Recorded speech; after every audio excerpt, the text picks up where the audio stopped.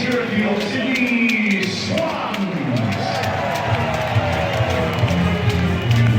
Cheer, cheer the red and the white, honour the name by day and by night. Welcome back to A Bevy of Bloods, a fan podcast of the Sydney Swans Football Club. So to all you loyal Swans out there, you just can't get enough of the red and the white. Fluff up your tail feathers and settle in for a potentially biased yarn about all things to do with our beloved Bloods. While our loyal Swans are marching onwards to victory. G'day there, Cygnets and Swanlings. Welcome back to A Bevy of Bloods. You're joined as always by the boys that kick off the party in Sydney. I'm Chris and this is Swans Superfan Sam.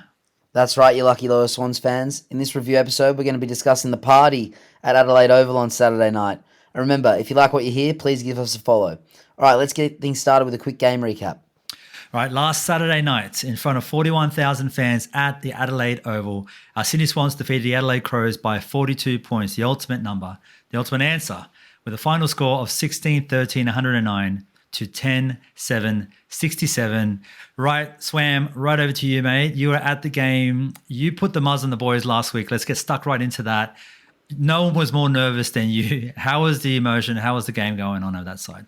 Well, yeah, look, I mean, obviously, you never want to go in wanting to drop a game. I just felt like we owed Adelaide one for last year, and I just felt like it'd be a good time to get a bit of a reset like we did with the Tigers for a team that's unlikely to feature in September.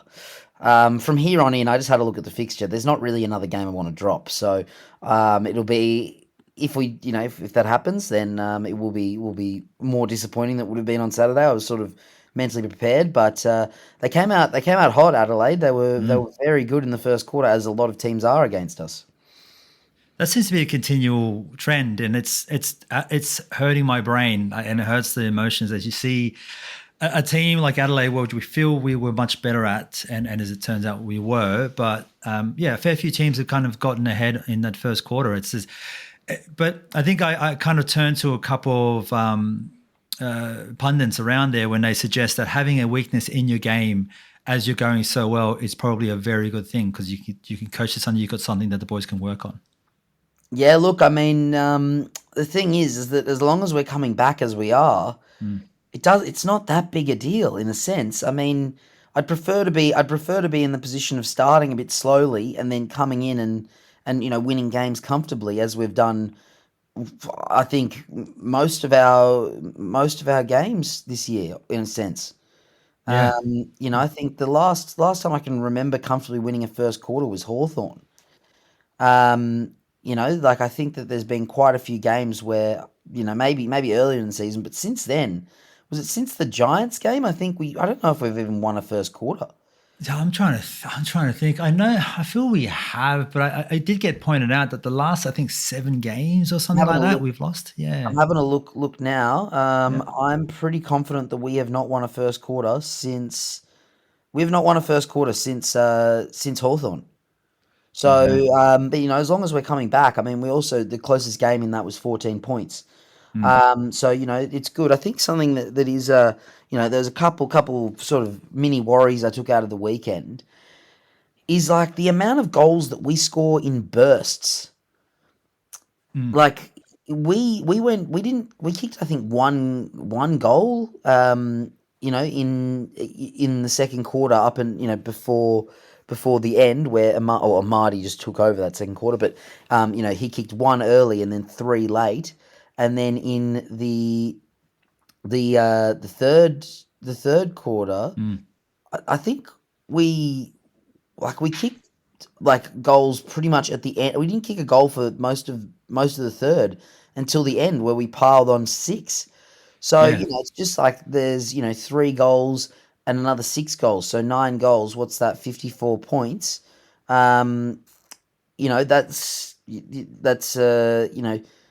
won by 7 goals. So if we didn't have that burst, it would have been, or those 2 bursts, it would have been a lot closer a game. And it's not to say that again, like this is a good problem to have. But it's just, it's just something to note is that, like, against Geelong, we hadn't kicked many goals. We kicked Joel Amadi kicked that one from that great play from Logan, and then we got started and we kicked 5 goals in 5 minutes or something like that. or 4 goals in 5 minutes. There You know, seems to be a so bit of a trend with us carrying that momentum, right? I think we spoke about it last week as well. Is when the kids get momentum, they carry that momentum through. And to your point, goal like that initially kicked off by the goal from Party, Heaney, then Party, and then Adams, then Party again, then Heaney. Like there was like a run of goals, like as you said, in a span of time. We get momentum, we drag it through, whereas other teams have to work particularly hard to get their game going. We kind of manage for the most part to keep them kind of strangled. Like it seems yeah, to be a consistency with our games lately. yeah, and I think the good thing is that we're just not, we're not. I guess we're not giving them the opportunity to score either that much. So it's okay. It's just mini worry. The other thing as well is outside of Party, I think our forward line wasn't particularly scoring effective. Like Yep. we didn't have a good spread. Party kicked half our goals. I think, or probably more than half. Yeah, so we only kicked 7 goals outside of that. So again, it's just like again, one game, all good. Our forward line's been super consistent this year, but they're sort of two of the flags that I kind of took out of the game.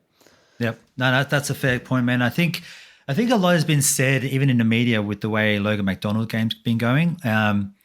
But I don't see a problem here. Like I do not see a problem with Logan McDonald. He's still doing good things around the ground, although he's not scoring as many as we want him to.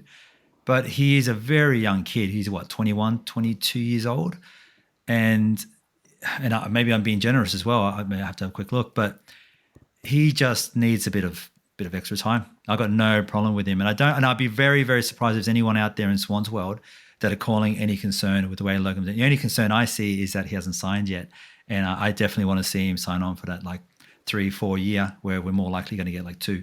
So I guess that forward line will come into its own, and a lot of young guys coming through there. One thing to note though, Taylor Adams had a really good game outside of scoring and did manage to kick himself 2 goals, but he had a great game, probably his best game I've seen all year. I would say so. I think the last few weeks he's really upped the impact, which is really good. So yeah, I completely agree with that. I thought he did have a really good game. Yep.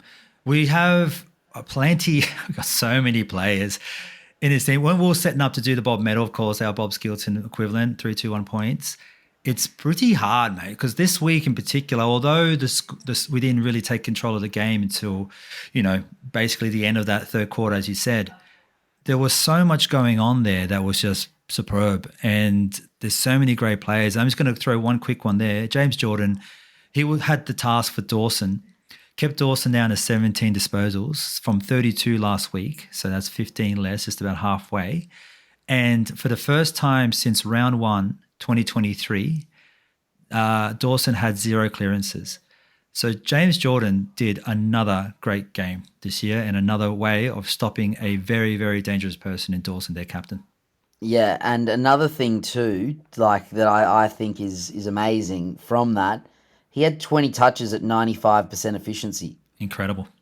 So he's he got a clearance as well, but obviously his best work was stopping stopping Dawson. But in saying that, when he had the ball, he 1 in 4 touches was a score involvement, and he going at 95% efficiency. 10 contested possessions, a lot of ball in the attacking half as well. Just another really good game. Yeah. So it's not just one sided there. So I completely agree. And he's one of the most unsung heroes going around right now. And I kind of feel that it suits him in the role that he's playing now, just being that unsung hero. Another one of those, Rowbottom. Rowbottom had a beast of a game, beast. 11 clearances, only the 4 tackles, but 21 disposals at 76%, which is pretty good for that heavy insider. 19 of those being contested, so only 2 uncontested possessions. Let me say that again. Only 2 uncontested possessions for Rowy's game at 76%. 24 pressure acts, and only behind Errol and Rakelli for that. So Rowbottom, another beast. As we can, I'll spoiler alert, he doesn't gather into the 3-2-1 for Bob, but you can understand why. There's a few names that we haven't mentioned outside of Party, but he had another cracker. What about you, mate? What else did you see out there? Oh, look, I think again, it's just another fairly even team performance. The Mm, team, I don't think there's really. I think I think Warner was a bit down. I think they put a lot of time into him, sure did, yeah. um, and I think Blakey as well. Like they probably weren't at their most efficient, or not necessarily most efficient even, but just most impactful. Mm. So there's two. As I mentioned, I guess the forward line probably. I don't think anyone had a horror game or anything, but just weren't really hitting the scoreboard as much. But outside of that, like I feel like our defense was held up really well. I just I think that another really strong team performance. I think Juzzy had another good game. I just think everyone's just playing their role really. Playing their role, I think that's the key of this. Like Tom McCartan, 16 1%ers, just again, just doing it great. I think, did you notice that, and I don't know how it felt like on the ground there, mate, but it seemed like Matthew Nix sent his team out with the intention to hurt, to bump around, to throw some dirty ones in there, because there was a few forearm massages into the face. There was some dirty stuff going on by Fogarty after the kicks or whatever. That's the impression I got. Did it come across like that at the ground itself? Yeah, look, it wasn't. It wasn't. It was a bit hostile, the atmosphere. For some reason as well, they Yeah. booed Warner every time he got the ball. Maybe it was from the free kick he gave away in the first quarter after he kicked a goal, but they kept up the booing for Chad, which was interesting. That's an Um, interesting one to boo though. Like I got wind that they were booing Hayward. Did you get that as well at the ground? That's what I heard, but I didn't see any of it online. Look, there was a lot of noise, so not as much. Warner was the one that I really noticed. Right? Okay. I was kind of thinking, why are they booing Why? Warner? And Yeah. then, looking back at the highlights, he kicked that goal and went after the Crows player Mm. afterwards, and sort of gave him one back. So that could be why. I thought that they gave a really really poor free to Adams, um, Oh yeah. at the end of the third. Like Yeah. I think that's just like you can't give a free for that. He went down, No. and he was a bit hurt, sure, but I didn't like that. If that happened to us, I'd be pretty ashamed. There was some pretty strange calls both ways in that game. Again, just we need full time umpires, not part time. Yeah. It was pretty concerning. The one that Adams got, that free kick, was that's like benchable. Like I'd be benching that player for that, because not only is it just pathetic to do, especially on the run of goals that they had. Like they got the momentum. Don't give them more. It's ridiculous that you would try. I thought it was a bit. I agree, Mm. but I thought that it was a bit soft by the umpire to pay it. You reckon? Because the reason I say this as well, because they gave away the one to Warner in the first quarter, and that one, if they're going to give that one, they're going to give one to the same thing that Adams copped. Like Yeah. there's a precedent, so you know what's going to happen. That you did it anyway, and that to me, I'd be livid if that was one of my players that gave that away after all of that. Yeah, So well, especially given it was 44-61 with 5 minutes to go, and then it went to 81-60 or whatever. It was 81-61 or whatever. yeah, yeah. So, yeah, like I think it's Matty Nix, if he had hair, he'd be pulling it out. Yeah, he doesn't. So he's all right. 26 inside 50s for the Swannies, a big part of it. One thing that we do try Plus to keep. 26, that is, Chris. Sorry, mate. Plus 26, not 26. We had 61 in Oh total. yeah, sorry. Plus 26 inside 50s for the Swannies. Thank you. But one thing that I do want to say with that is that it's always good to kind of look at your team and kind of see like where could we go better. So I've got two little things here, if you don't mind, to intersect with. So the first one is Braden Campbell's game. I felt that he's always good with the ball, but he seemed a little bit shaken up with the hostile environment there. And I'm coming into the defense and saying that he needs a bit more time into that game, into the team, to get himself more relaxed and get going. We know that he's got loads of talent. We know he runs very hard. He's very aggressive. He's a great tackler. He's got great boots. So a bit more time for him in the ground, I think, would be really good for him. So Braden Campbell, a lot of love going your way. I think he's going to be a great player for us. Back to the plus 26 inside 50s. I felt that we were just wasting the ball going forward in that first half. We were looking for the area. We did want to beat them in the air. I felt that was a big part of our game. They kind of saw that coming, and they were just populating the air with a lot of numbers. and we didn't have anything to go with, and we just kept going back to that.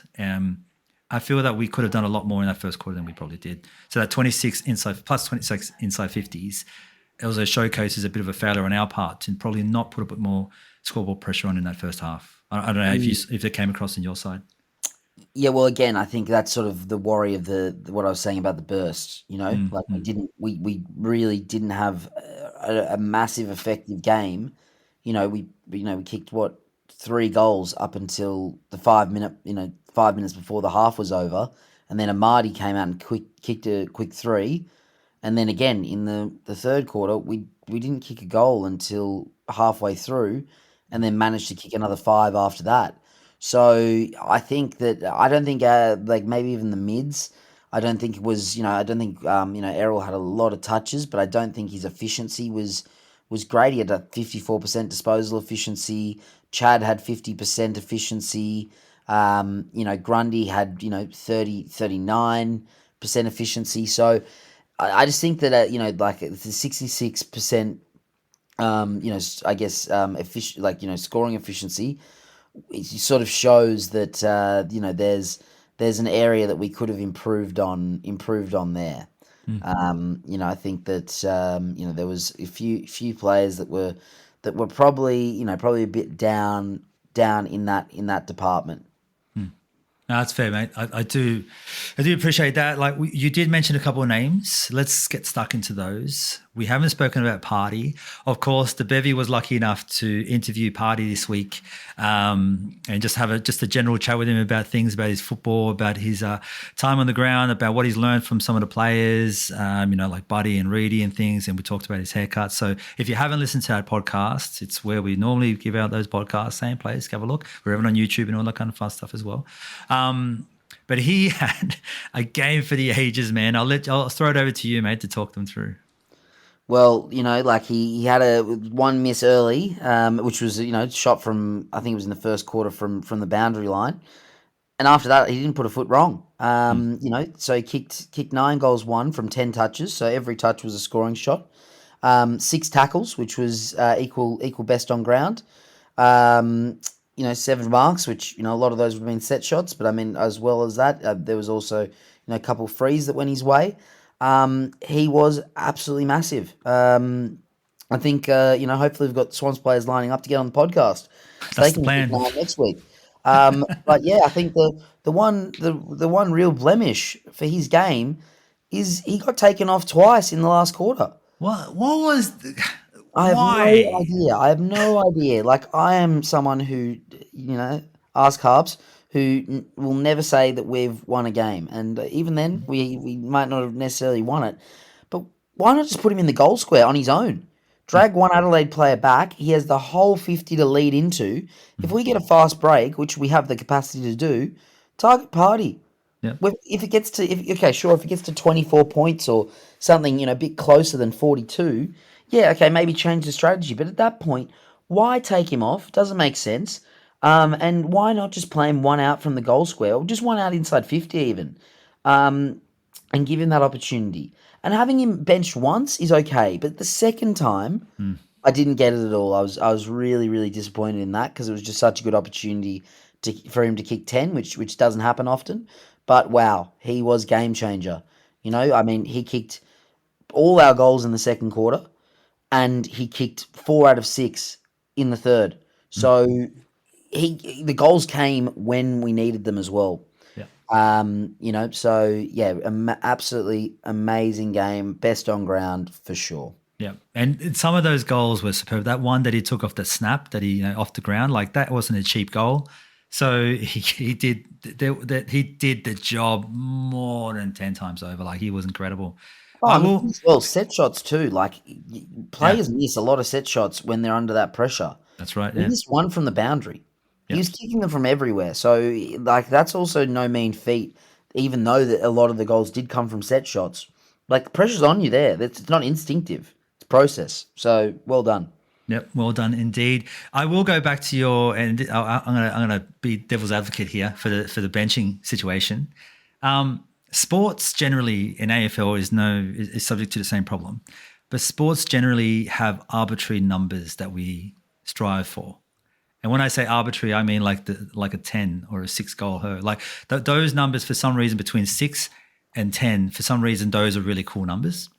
But anything in between, they're great. But for some reason, we want the 10. Like we want to round it up as human beings. We want to do that kind of thing. So I don't know why this is but I would say this much. I would rather have benched him twice than him get himself a little bit of a hammy twing or something on that last quarter. So he came out of the game with 9 goals. We won the game by 42. Like I said, the ultimate answer to the universe, everything. And he's still healthy at the end of the game. So to me, that is a 10 out of 10 win for us. So that's my devil's advocate, mate. Over to you for any retorts if you feel otherwise. Fair enough. Well, I'm just not going to comment on that. Okay. I can't believe we benched him.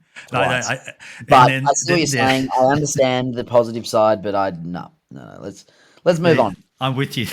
At the end of the day, I am an AFL fan and I wanted to see 10 so badly. And I was losing my shit at the TV on Saturday night going, why are you benching like as well? So that's the devil's advocate in me. But as a Swans fan, I wanted to see him get the 10 as well. So it is what it is.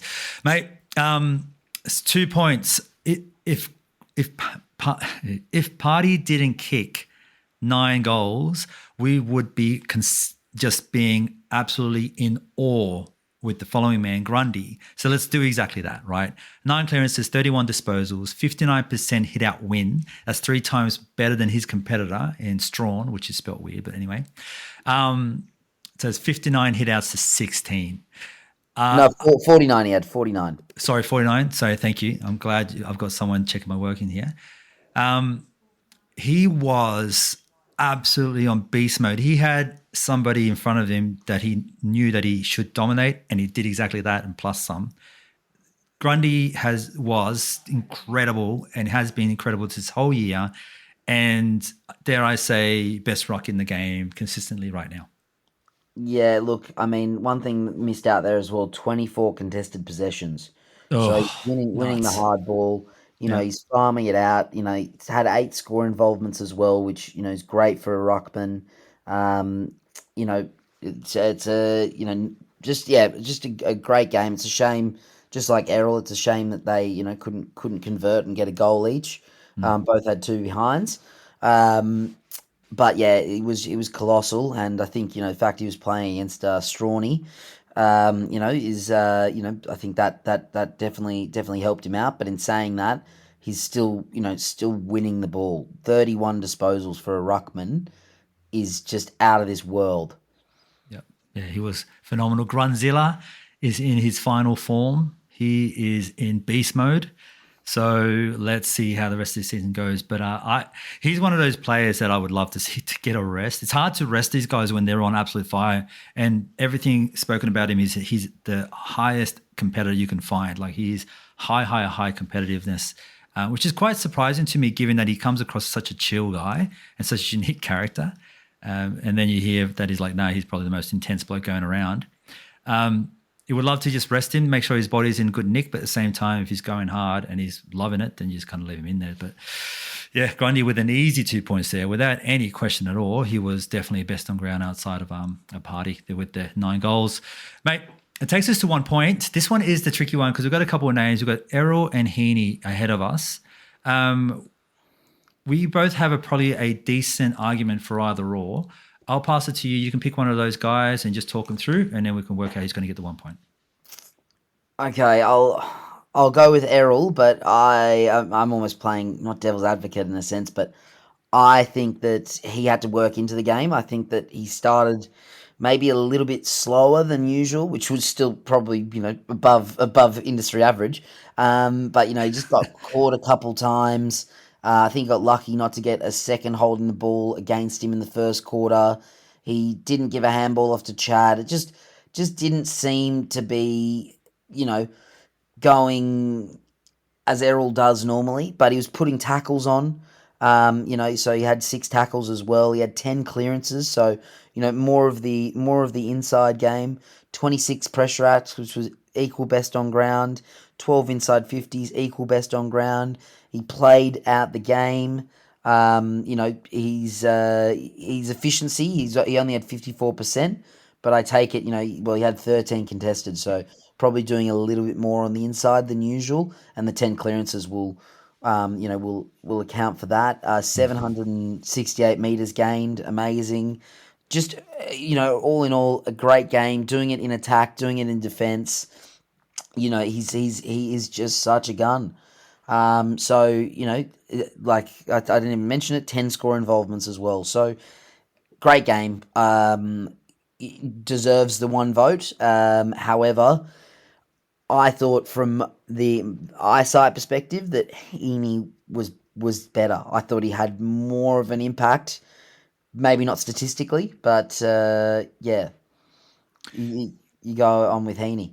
Yeah, mate. Look, I'm going to say I also feel that Heaney was probably that extra little bit better. I think, let me rattle off some of the numbers anyways. 565 meters gained. That's pretty massive considering the amount of pressure he was on. 8 contested possessions, 2 contested marks, 2 goals to go with it, 29 disposals, 5 clearances at 66%.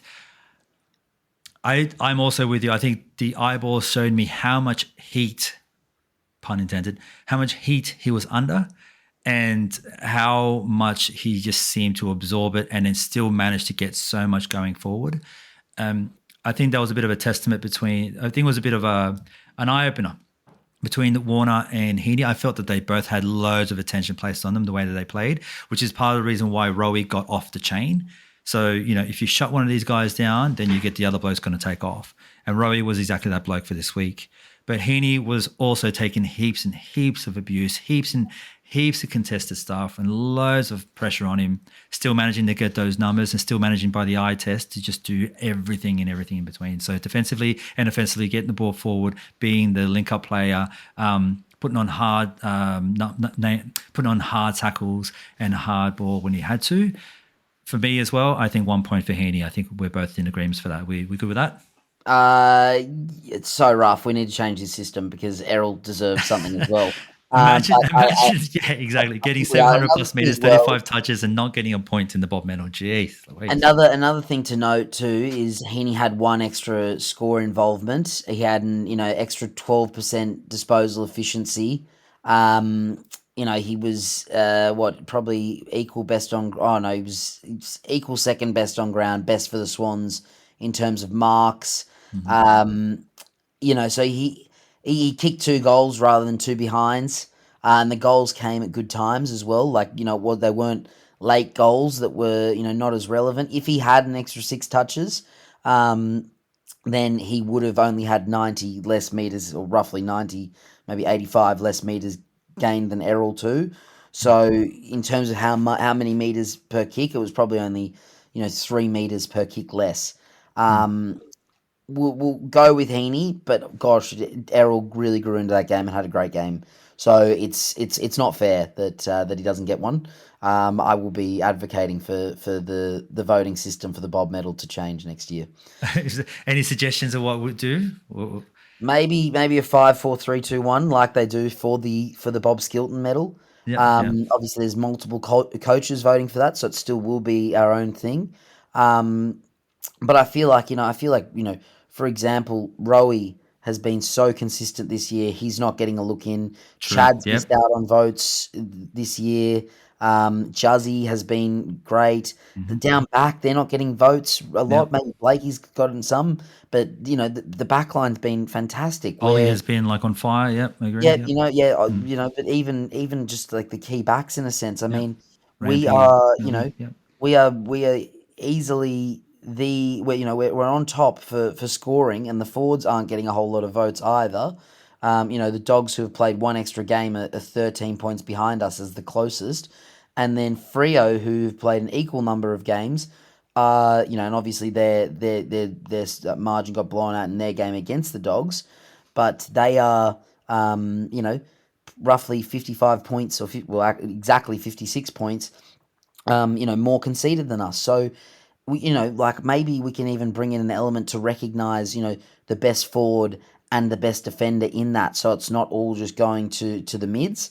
Make that a rule so that the 5 is recognising, the whole team performance, because we are just playing so well as a team. Yeah, no, I hear everything you say there. I love. I will point out that Noddy originally had the 5-4-3-2-1 point system to mimic the Bob Skilton, but it was actually Brady and I that vetoed that and felt that we needed to simplify it to go 3-2-1. So, and there's days like this, and like you mentioned, I think your point to like how good Rowi's played and how good some of the other players have been, and they're not going to be registering on that chart very, very well. And we probably won't, as a result of this, other years we've been quite aligned to what the Bob Skilton ended up being. We're basically the exact same, 3-2-1 or so, close to. This year, I think we're going to be well off because of just those extra little ones and twos that people are getting and being consistent throughout the game that we're not able to give with the system we have. So if you're out there, one of the listeners out there, and you've got a system that you think would work for us, just given that we don't want to exactly align ourselves to Bob Skilton, because Bob Skilton. We want to do something our own little way. So if you've got some ideas or you like some of the ones that Sammy said there, then reach out and we'll be happy to listen into what we can do. What I would love to do? I would actually love to give it back to the fans, let the fans do it, our fans. So, but logistically, it's a bit more complicated and tricky for timing. And timing, yeah, because we do run this podcast at different times throughout the week and as well, amongst everything else. So, and doing it somehow, I don't know how you feel about this, but doing it exactly straight after a game probably isn't the best way to do it because you do need to kind of have an eye over the game again. I don't know how you feel about that, but this week I feel this one was pretty straightforward for me. But other weeks I find it hard. Except for the one. Yeah, that one was hard. All right, mates. Well, yeah, look, that takes us to 3 games clear on top. 10 left in the regular season. You're running with the perfect season, that being going to every single game across the country. Talk to us. How are you feeling about our position in the ladder? It's got to be, we are static, I know, but what about the teams behind us? Look, it's exciting. I mean, looking down the ladder, I mean, the only team that we are yet to play that is up until 13th is Port at home, and they do have a good record against us, home or away recently. So I am at this point. I'm feeling very, very good, but me being sort of optimistic in a lot of ways, but also extremely pessimistic, and or maybe not pessimistic, but trying to stay cautious. Cautious, and I just hope we're not peaking too early. That's the one thing that stresses me out a bit. I just don't want us to drop off from this like other teams that have started the season this well have done. But honestly, we're just playing so well. I love this team, and it was great. I actually saw them out in a bar on Saturday night after the game. Given they've got the 7-day break, I think they can have a drink. So I tried not to be annoying because I feel like that's their time. But I did have to say hello and get a photo with Chad, and gave Heaney a hug and just said, "Mate, well done." Chucked a few hellos out there. Thanked Joel for coming on the podcast as well when I saw him, and just said he had an amazing game too. But outside of that, I tried just to keep it to a very minimal amount, just so I didn't annoy them. But it was good to see them all out, having a well-deserved bevy. That's it, a bevy with the bevy, and the bevy rocked up to say thank you. That was eventful. I love it. Next 3 games, mate. GWS there at Homebush, then Freo away. Let me say that again. GWS away, Freo at home, and then Saints at home is the next 3 games. No, Saints are away. Saints are in Melbourne. Saints are in Melbourne? Oh, my God. All right, let's do this one more time. Let's see if I can get this done. Giants away, still in Sydney, because they're from Sydney, as it turns out. Freo at home, and the Saints away. Cool. Mate, if you weren't here fixing these all up, I'd be getting angry messages consistently. Thank God you're around to check my working. Those 3 games, mate, what are you looking at? I think Giants and Freo is all over the shop. You don't know how they're going to play. Giants won their first game for last month. Looking forward to seeing how that game goes for us. But they're still maybe finding their form, but it's all over the shop, mate. It's a great time too. It's Saturday twilight, so I love that game time. Finishing at about 7 o'clock. It's not starting too early. So yeah, be out at it's called Engie Stadium now, which is interesting. I haven't heard Ingy. that one before. Yeah. The amount of the names that stadium has had is wild. But yeah, look, I mean that's I would love to do the double over the Giants this season. Hopefully that would maybe push them out of the eight. Given that there'd be hopefully teams that could jump in and overtake. So I'd love to see that. It looks unlikely given the percentages. But look, let's see how we go. So, then Freo at home. Again, they last time we played them, they had a very good reason to be all over the shop, given Cam That's McCarthy, right. and they came out, they came out ready to play and just couldn't convert. So, it's two, and Giants came out and they, kicked, they beat us in the first quarter, quite significantly, and then we came back and did well from there. And then the Saints down in Melbourne. That'll see how we go there. They've been a semi interesting team too. They're a true rebel, but who knows what's going on Yeah. that side of the world. Yep. So I think of the three, we do expect to win 3 games here. Oh, don't say that. Don't say that. I don't I expect know. anything. I'm kind of been warming up with. It hurts to say because I'm pretty cautious when it comes to these ones because I put the hoodoo a couple of years ago and I've That been stressed Essendon out ever game. since. That Essendon game. Let's not speak of it. So the Giants and Freo both going to be teams, not hopefully, but competitive, probably in that top 8. And the Saints, as we say, like God knows what's going on with them and what their play style is and what they want to do with it. So all 3 of those we actively want to be winning, and I think that's the key. One question I had for you, mate, like Freo Saturday game and the Saints Sunday Arvo game, like why is so much disrespect to the Swans? Like I think you called it out a little while back, but I did, what is but going on? I also did look back, and our first 3 games of the season were all night games. Then from there was a few days. I think it's at the end of the day we actually have a pretty good fixture in terms of days and nights being fairly even. I think it's just there's times where a lot of them all come in one hit. For example, there's the Freo game, the Carlton game, and the Dogs game, all Thursday and Friday night games. And that's consecutively. Then at the start of the season, there was Melbourne, Collingwood, Essendon.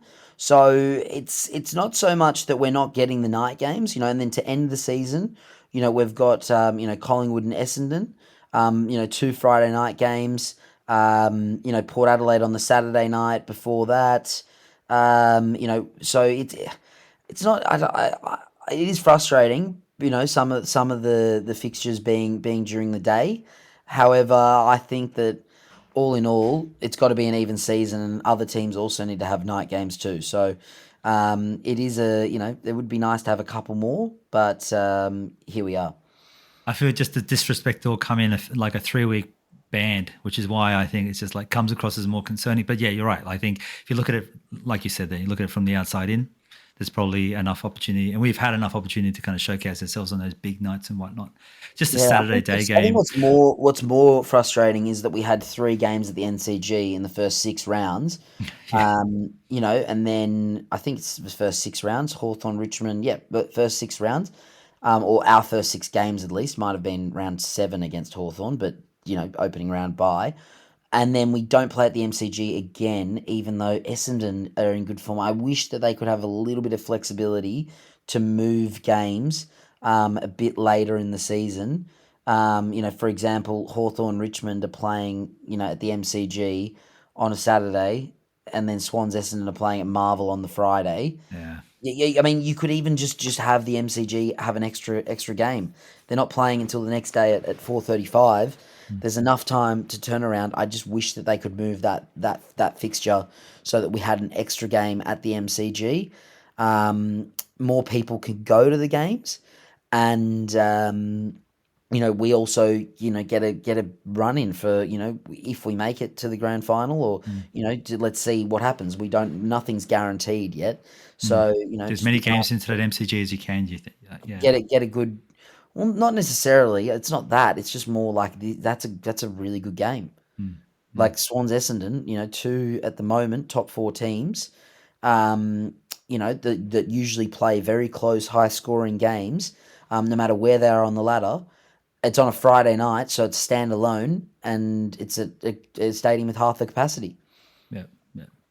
Yeah, look, I think the Freo game is particularly mean to the Freo fans. Like that's a 1 o'clock kickoff in the East, which is I think 2 or 3 hours behind. Either way, it's a pre 12 o'clock drinking session for Daz and the WA Swans crew over there. So shout out to them.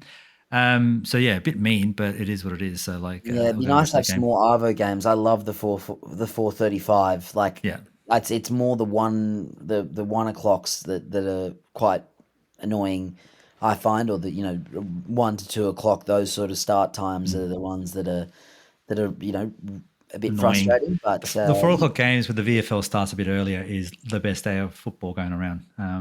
Me with no kids as yet, don't have to be rushing anyone out to football practice or training or anything. So that's the way to go. Mate, we had obviously Joel interviewed this week. We've spoken about that. Definitely go and listen to it. Listen to it for a second time because I think there's a few insights in what he said and how his game transpired on the weekend. I think it was, and all the things that he said in the media after that game. He just is a really nice, good, consistent, humble bloke. And that comes across in the interview with us and every time we've ever seen him around. So I'm really proud for him. Do you reckon out of a scale of 1 to 10, the possibility that we gave him the confidence to go out there and kick 9, mate? What do you think? I'd love to say 10. Let's just stick there. Stop.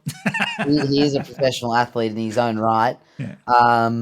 Who knows? Maybe a bit of recognition. From in a sense from fans or just getting more exposure, maybe it does build the confidence. I don't want to rule it out. I'm no psychologist, but I mean we will be claiming that we contributed to that. Absolutely, we will. Obviously, I wasn't part of it, but I guess the bevy as a whole. So. The bevy as a whole, it takes more than a couple of people. It is a group, of course. The other one we got to interview was Chloe Malloy, the captain of the AFLW Sydney Swans. Now, even if you haven't been paying attention to the AFLW as much in the first couple of years that we played, I'd strongly, strongly recommend listening in with Chloe. She is very insightful. She's very honest. She's a very lovely person. And she loves the club dearly and she loves the fans and the confidence that the fans have given her from the Sydney Swans in particular. It's very clear in her heart how much she is a Bloods and how loved she feels by all of us. And that comes across beautifully in the chat. And it also goes through a bit of detail about her kicking off her career away from basketball and taking a punt at AFL as the AFLW started. And not only has she done very, very well, she's done exceptionally well, being probably one of the best any 1 or 2 given players in any one given week. So she is superb. So definitely listening to that. The AFLW season kicks off 30th of August. So a little bit of time and we'll get a bit more content stuff going out there for everyone. But the boys going so hot right now, obviously taking up all of the time and media. Mate. Yeah, amazing as well. Like just to touch on that we, please. Even the women's competition, we managed to bring one of the biggest superstars up. So it's awesome. That's a really good point. Yeah, we dragged her over from Collingwood, which was the team that her uncle played for, the team that she grew up barracking for, and she managed to get over here to Sydney. The Swans put a lot of faith into her with what was the longest ever contract for an AFLW player. So she talks about that and she goes into the detail of how much that meant to her and how much she wants to give back to the club. So it's a very, very, very excellent chat. I strongly recommend listening in. Even if you haven't quite caught on to the AFLWs yet, that's a great way to start. So I'll leave that there. Mate, any last moment things? Did the boys at the club mention anything to you that is warranting talking about here or not?